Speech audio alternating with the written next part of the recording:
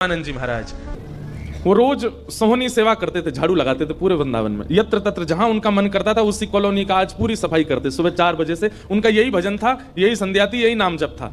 सोहनी लेते और लेकर के बुहारते पूरे मार्ग को। और हमारी आपकी तरह नहीं जोर जोर से, नहीं, धीमे धीमे। उनके मन में यह भाव था कि वृंदावन श्री प्रिया प्रियतम का ही स्वरूप है, इनके प्रति मैं रोष नहीं करूंगा, धीमे धीमे।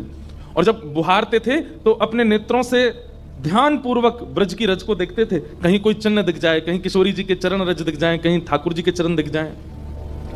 करते करते जब वर्षों बीत गए तो किशोरी जी के मन में भाव आया, हम नित्य रास के लिए वृंदावन में जाते हैं और पूरे वृंदावन को सुव्यवस्थित महात्मा करके रखते हैं, और इनकी एक ही अभिलाषा है कि हमारे चरण चिन्ह इनको दिख जाएं।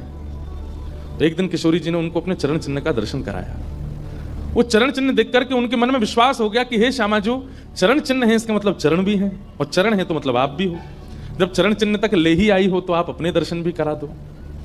अब अगली उनकी स्थिति हो गई कि अब चरण चिन्ह नहीं, अब तो प्रत्यक्ष किशोरी जी को देखना है। लेकिन हमारे ब्रज की एक परंपरा है कि जब तक किशोरी जी की सखियां अनुमति नहीं देंगी ना, तब तक किशोरी जी के दर्शन नहीं हो सकते। इसलिए ललिता जी को मनाओ, विशाखा जी को मनाओ, यमुना जी को मनाओ, गोपेश्वर महादेव को मनाओ। सखियां जब रीझ जाएंगी तब किशोरी जी से मिलना होगा। वृंदावन रस अलग है। अभी हम 15 तारीख से जो कथा करने वाले हैं वो वृंदावन रस के ही ऊपर है। 15 से लेकर के 18 अप्रैल तक गांधी धाम कच्छ गुजरात में, जहां पर वृंदावन रसामृत पद लिखा गया, वहां उस कथा को आप लाइव सुनना। उसमें वृंदावन रस की ज्यादा चर्चा करेंगे। तो जब तक ललिता विशाखा आदि सखियां अनुमति नहीं देती तब तक किशोरी जी के दर्शन नहीं होते। लेकिन किशोरी जी तो चाहती हैं कि उनको दर्शन दें। तो एक दिन किशोरी जी ने रास करते करते अपना नूपुर वहीं छोड़ दिया, और नूपुर छोड़ करके किशोरी जी निकुंज में चली गई। आप सुबह सुबह जब सोहनी करने आए तो आपको वो नूपुर मिला, और नूपुर देख करके वो आनंदित हो गए। इतना सुंदर नूपुर, ऐसी सुंदर उसकी कलाकृति, इतना हल्का उसका वजन, इतना सुंदर उसका स्वरूप।